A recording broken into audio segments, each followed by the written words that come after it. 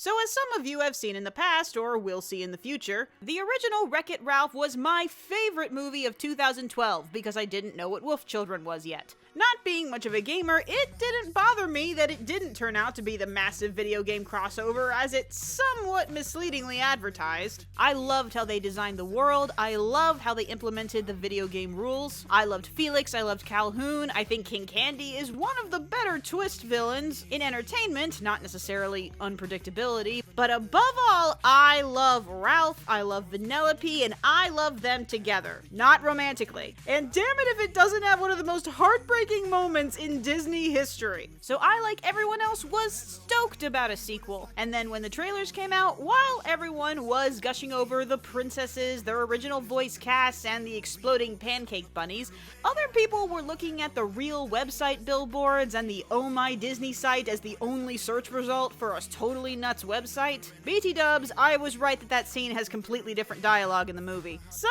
were getting nervous if this was gonna be a little bit too much like a certain other film that came out last year that I'm not gonna say aloud. And I'm not gonna lie to you guys, this movie is a giant internet reference and Easter egg factory. However, we do need to acknowledge the tragic fact that as much as we complain about them, that there is something cheaply satisfying about the "hey, I recognize that" style of gimmick comedy. It's certainly why Robot Chicken and others have gone on as long as they have. It's nostalgia, but with swearing. Because being honest, I liked seeing the really obscure characters in the background of Oh My Disney, or going to the junkyard and seeing icons for dial-up and Netscape Navigator. Wow, that is 90s. But those one-note jokes alone are what memes are for. Obviously, a full theatrical film has to be more than that. Thankfully, and also unsurprisingly, Wreck-It Ralph 2, because that's what we're gonna call it, no one is calling it Ralph Breaks the Internet because it's dumb, but not quite as much as Japan, still calling theirs Sugar Rush, does have more to offer, primarily that we like the characters that this film is about. Ralph and Vanellope, arguably Disney's best BFF duo in the entire Disney canon. I suddenly have a cold sensation behind me. But even if we limit the comparison to just the references or the interpretation of the internet,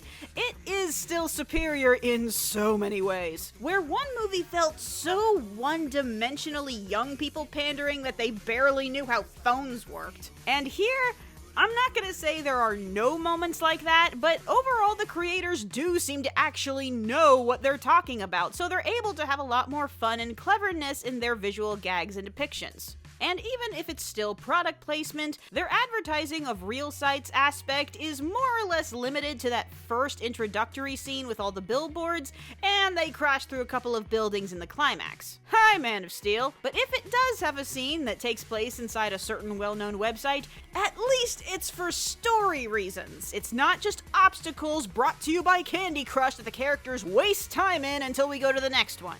I'm doing a really bad job of not mentioning that other movie. And taking it a step further, it is filled with internet personifications that have real charm and personality, from Alan Tudyk's Mr. Knowsmore, to E-Boy, the friendly eBay reminder, to JP Spamley, the pop-up bot, who surprisingly turns out to be one of my favorite things about the movie, and that blue lady played by Taraji P. Henson, who everyone thought was gonna be the big twist villain. Yeah, do you know who this woman is supposed to be? She is literally the not YouTube algorithm. Holy crap, I wish she was the villain. This would be every YouTuber's favorite movie ever. And that's all great, but if I were to give my impression of the film overall, I would say that it's good. Solidly in the cyan percentile, but has its reasons for why it's not as great as the first one, aside that the original has the advantage of being the original. Firstly, the first half of this film does feel like it drags and takes a while to get moving. In fact, it feels like at times this movie is being infected by an illumination virus. I know, I hated saying that, but segments where the dialogue feels needlessly padded and dull, what's the most obvious thing we could say in this situation? Should we try to have a unique comedic spin to it? Nope, we just need to get to the next plot point. The overall narrative and emotional foreshadowing feels like they're all but beating it into our skulls. You're my best friend, and you're my best friend. Do you ever want to do new things? Nope, I want to do the same thing every day as long as it's with my best friend. friend. I sure hope nothing happens in the future that will cause a rift in our friendship. Oh my god, I was so close to subtitling this review Friendship is Magic. Oh, and remember I talked about long, unfunny jokes that refuse to die? Right near the front, there is a full 20 seconds where Felix and Ralph are just making mouth noises at each other, trying to remember the word eBay. That's a joke that Sony would do, and did. Disney, you are better than this. Because all of the 80s arcade games don't know what the internet is, so much time is spent on Ralph and Vanellope going, oh, what's this thing? This looks like a whackety whack. We don't know how internet works.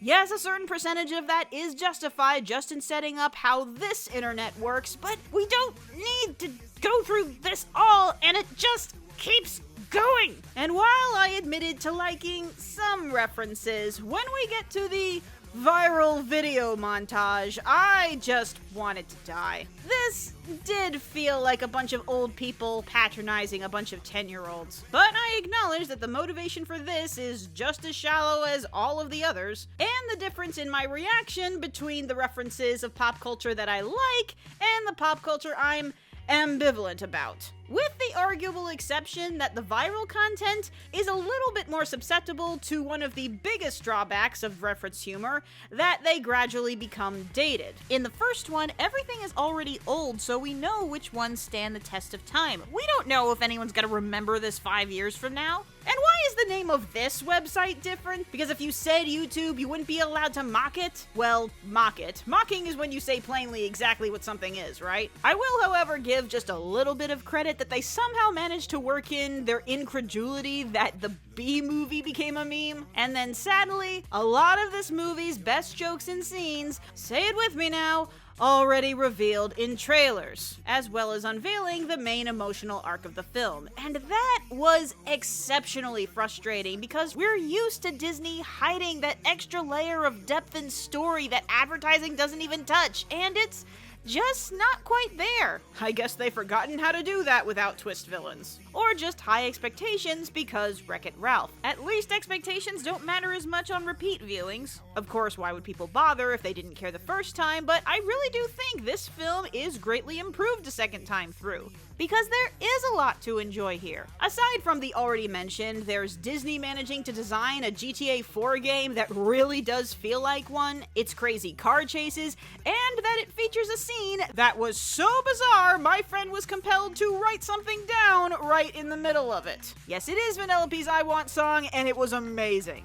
At some point they made a joke that a certain scene in the trailer wasn't in the movie, and I died? Oh yeah, and there's a Stan Lee Cameo. Yeah, raise your hand if your theater made a collective groan when that happened. And of course, the princesses. To say this whole segment is self-promoting or self-flanderizing, no, that's not the word I meant, but it's the one I'm using, would not be lying, but at least it doesn't last a whole lot longer than it does in the trailer. The princess scene is a bit more extended, including a reprise in the climax that is excellent and hilarious. Is it shallow? Yes. Is it more charming than Pocket Princesses? No. Is it funny, one of the best scenes in the movie, and great to hear Disney itself acknowledging these tropes, including one I'm shocked I didn't know about before? Heck yes. But rightfully, the film's soul still comes from the brilliant chemistry between Ralph and Vanellope, whose journey through the movie is a little simple, but you still love their connection, how they work off each other, and their dedication to each other. And even if you can tell where it's going, sort of, I defy anybody to know what the final obstacle is,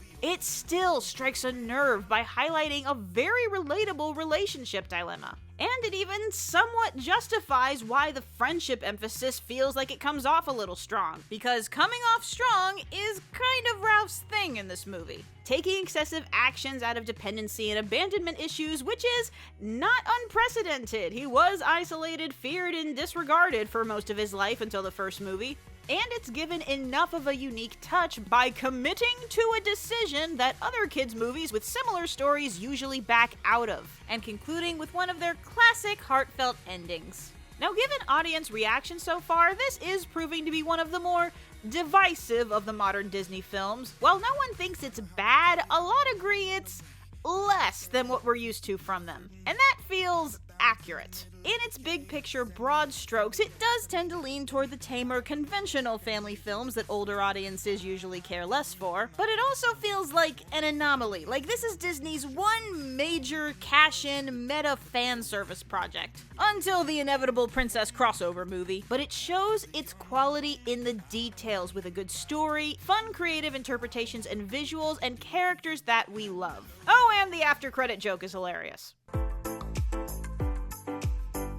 You know what, given my slight frustration, I just wanted to gush about something that I absolutely love. If you're on Netflix and already checked out the pretty good She-Ra reboot, and you want to watch something completely different, you can check out The Disastrous Life of Psyche K, a comedy about a high school psychic who is OP on a level that it makes One Punch Man look like Satan, and only wants to have a normal life but keeps failing to do so, and this is one of the funniest anime I've ever seen, and I love it. Especially if you're a fan of Deadpan Delivery by Victor from Yuri on Ice. Also Road to El Dorado, because there is never not a reason to watch Road to El Dorado. And remember that Mirai is coming to select theaters next week, so keep your eyes out for it. So, Animaniacs, what were your favorite moments of Wreck-It Ralph 2? Seriously, I want to know. Comment, like, subscribe, etc., and you stay incredibly shiny, Animaniacs!